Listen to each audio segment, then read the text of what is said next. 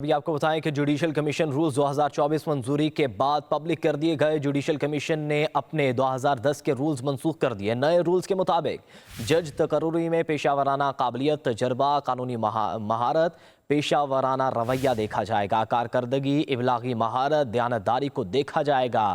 High courts میں ججز تقرری کے لیے وکلا اور عدالتی افسران کی نمائندگی یقینی بنائی جائے گی۔ ہائی کورٹس کے چیف جسٹس کے علاوہ کمیشن کا کوئی رکن نامزد نام سے براہ راست رابطہ نہیں کرے گا۔ آپ کو بتائیں کہ جوڈیشل کمیشن رولز 2024 منظوری کے بعد پبلک کر دیے گئے۔ جوڈیشل کمیشن نے اپنے 2010 کے رولز منسوخ کر دیے ہیں۔ نئے رولز کے مطابق جج تقرری میں پیشہ ورانہ قابلیت، تجربہ، قانونی مہارت، پیشہ ورانہ رویہ دیکھا جائے گا۔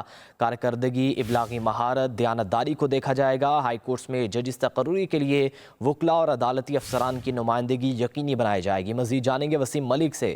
وسیم، بتائے گا رولز پبلک کر دیے گئے؟ دیکھیے، بالکل 26ویں آئینی ترمیم کے تناظر میں آئین کے آرٹیکل 175 جو کہ جوڈیشل کمیشن آف پاکستان کو تشکیل دیتا ہے، اس میں جب ترمیم کی گئی تھی تو اس کے تحت اب نئے رولز بنائے گئے ہیں جوڈیشل کمیشن آف پاکستان کی جانب سے، جو کہ گزشتہ اجلاس میں اس کی منظوری دی گئی تھی اور اب ان رولز کو پبلک کر دیا گیا ہے۔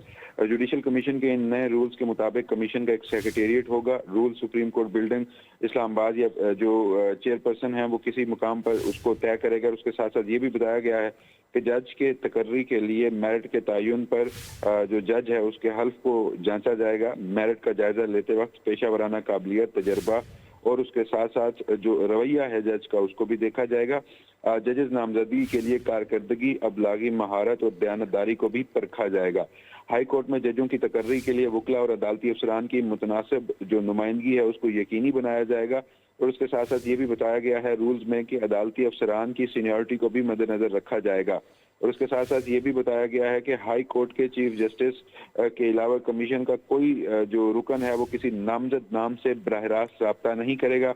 اور اس کے ساتھ ساتھ رولز میں اس بات کو یقینی بنایا گیا ہے کہ جو ہائی کورٹ ہے ان میں ججز کی تقرری کے لیے جنس، علاقہ اور مذہب جو ہے اس کی بھی متناسب نمائندگی جو ہے اسے یقینی بنایا جائے، اور اس کے ساتھ ساتھ یہ بھی کہا گیا ہے کہ جو جوڈیشل کمیشن ہے وہ ایڈیشنل ججز کو کنفرم کرنے سے قبل ایسے معاملے کو بھی دیکھ سکتا ہے جو جوڈیشل کمیشن جب اس کو ایڈیشنل جج بنا رہا تھا تب نہیں دیکھا گیا۔